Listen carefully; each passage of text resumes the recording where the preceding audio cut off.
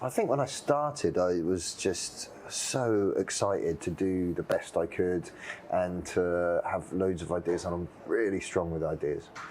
And I really wanted to, and quality was important, doing a really good job. Yeah. And I had a manager that wasn't able to flex with that. Yeah.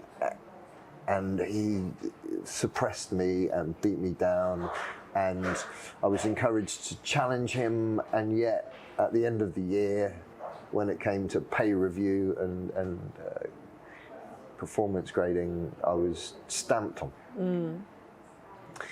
And I guess I realised then that the way to succeed in the corporate world was to be grayer and say yes, become a yes man. Yeah. Yeah. And then looking around at the leaders around me, I saw how incredibly aggressive they were and powerful,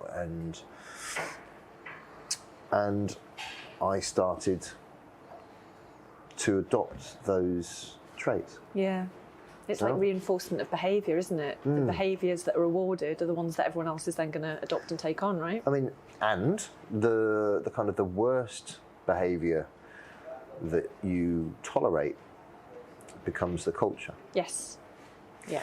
So, yeah, it's kind of a race to the bottom from a behaviour point of view. And yeah, I became aggressive, and coming from a place of, I think it's coming from a place of fear, of a lack of competence and significance. Yeah. So people should show you and be deferential, and if they're not, then you fight and you show them that you're the strongest. Yes. And rather than being collaborative and finding solutions together, you want to prove people wrong, because it makes you look good. Yeah.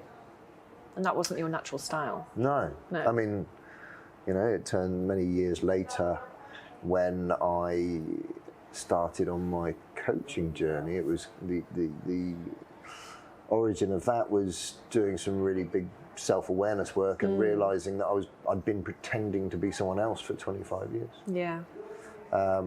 And that was pretty traumatic. Yeah, I bet it was. It's a tough couple of days.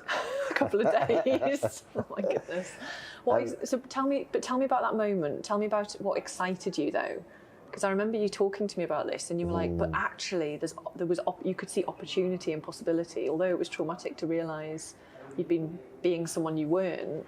What excited you? Because there was some real energy around it. Yeah, I mean, in the process, I was sat in a coach-like environment with two professors from Stockholm School of Economics, and they were great coaches as well. I didn't even know what coaches were then, but I looked and I listened to the way they were being and was like, oh my God, I need to do that. I'd be great at this. And I went and talked to them and really quickly learned just the simplest of skills about listening. And I think actually just connected with the real me, and that cares about humanity and compassion and cares and loves people. And taking that back into the role I had as a leader was really powerful. Just listening, and the impact on my leadership style was completely transformative. So describe that to me, because you went from what I remember being quite directive and extremely reactive. Controlling. Right. Yeah. And then what happened? Then who did you become as a leader after learning these coaching skills? I became someone that worked really hard to manage myself out of a job, because I wasn't afraid anymore. I didn't need to prove myself. I could just support my team, give them more responsibility, and allow them to decide, and support them, if so they weren't afraid to make decisions. Yeah. And it changed everything, and it grew people. And the organisation became stronger as I stepped away from it and stopped trying to control. Yeah. And allowing people to do things. I was not perfect at all, of course.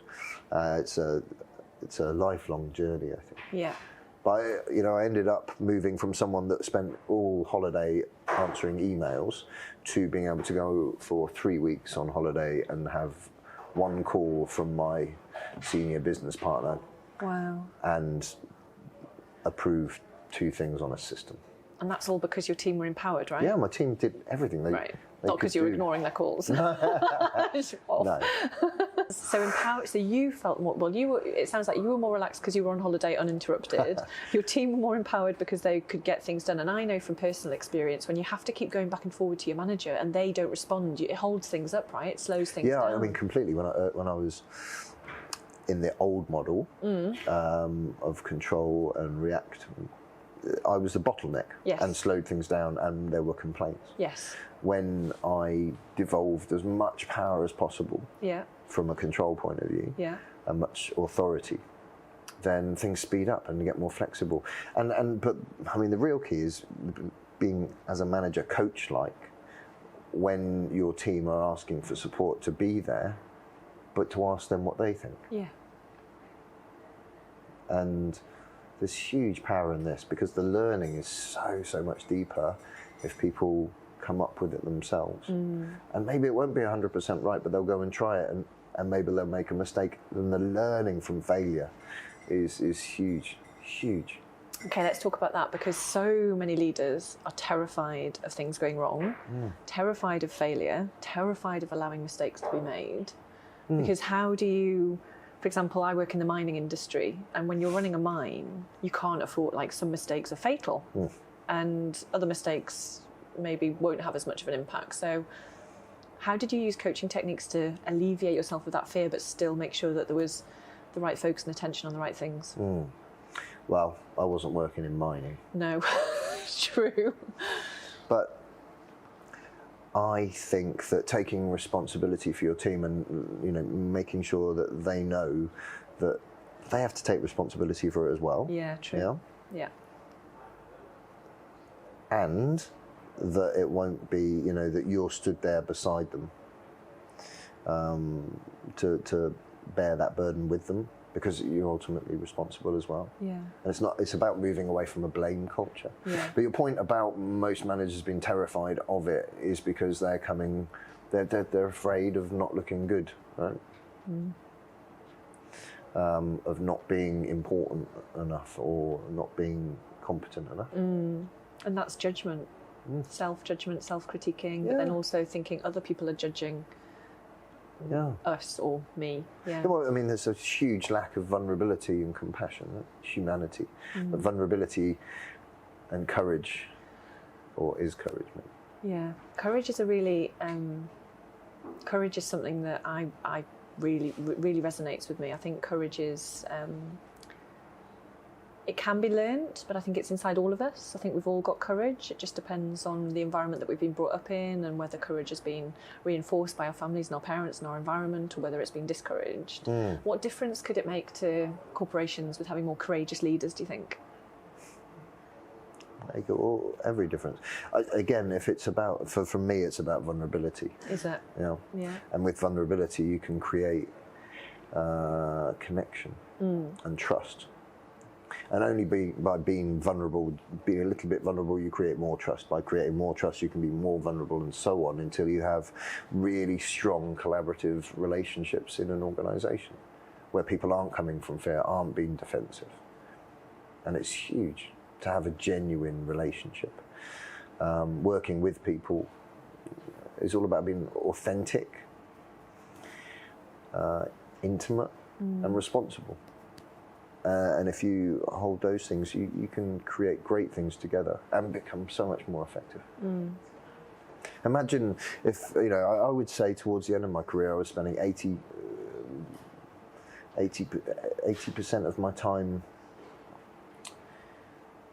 on what we call politics, covering my back, making sure I was managing upwards and the perception was correct, stabbing other people in the back if it was required. And all of that energy wasn't moving the business forward, wasn't growing people. It was just stuck energy, destructive energy, actually. If all of that energy that I had was moving the business forward or growing the people, which is more of a manager's role, would have been incredibly impactful.